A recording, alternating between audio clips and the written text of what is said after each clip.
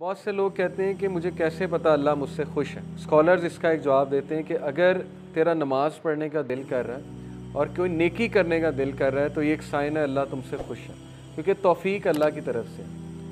हज़रत उमर सल्लल्लाहु अलैहि कहते थे कि मुझे ये डर नहीं है कि मेरी दुआ कबूल होगी कि नहीं, मुझे ये डर है कि मुझे दुआ करने की तौफीक भी होगी कि नहीं होगी। दुआ की भी तौफीक होती है। अगर एक बंदा हैंड रेज कर रहा है, सबूत है कि अल्लाह चाहता है कि वो उसके पास आए, अदरवाइज़ उस हाथ ही ना उठाता हो।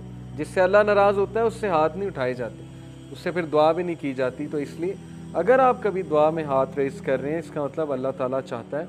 सो if you want to know how you stand before the Lord, before the king, अगर आप ये जानना चाहते हैं कि आपका क्या मकाम है अल्लाह के सामने, बादशाह के सामने, फिर ये देखें कि आप अपना टाइम कैसे स्पेंड कर रहे हैं।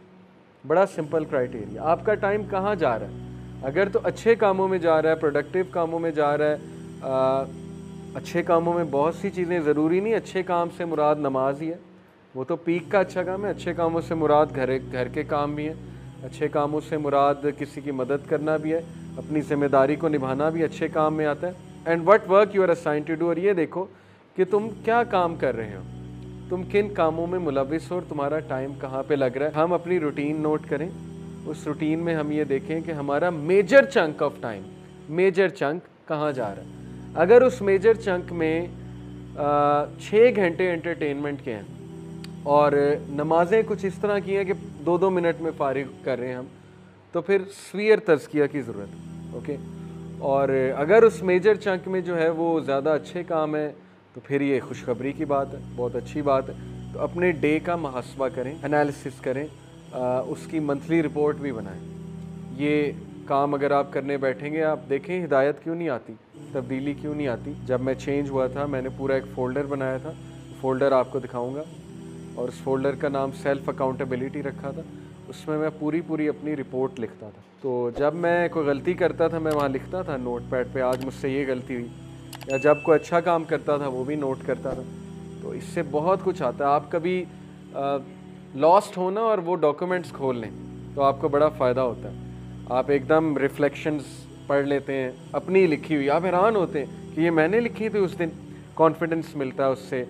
जब आप किसी गुनाह को रेजिस्ट कर रहे हो, लिख लें आज मैंने गुनाह को रेजिस्ट किया, ऐसे ऐसे किया। साइकोलॉजिकली स्पीकिंग, जब कोई चीज़ आप लिख लेते हैं ना तो ब्रेन के जो पाथवेज हैं वो बनते हैं उस चीज़ से मुतल्लिक, तो वो आदत छूटने के ज़्यादा चांसेस होते हैं। इसीलिए जो स्कूलिंग सिस्टम है, आपको टीचर पावर पॉइंट भी दे सकता है, स्कूल जाने की क्या ज़रूरत है। आजकल तो गूगल क्लासरूम पे टीचर कह लो ये लो पावर पॉइंट डाल दिया, पढ़ो बैठ के।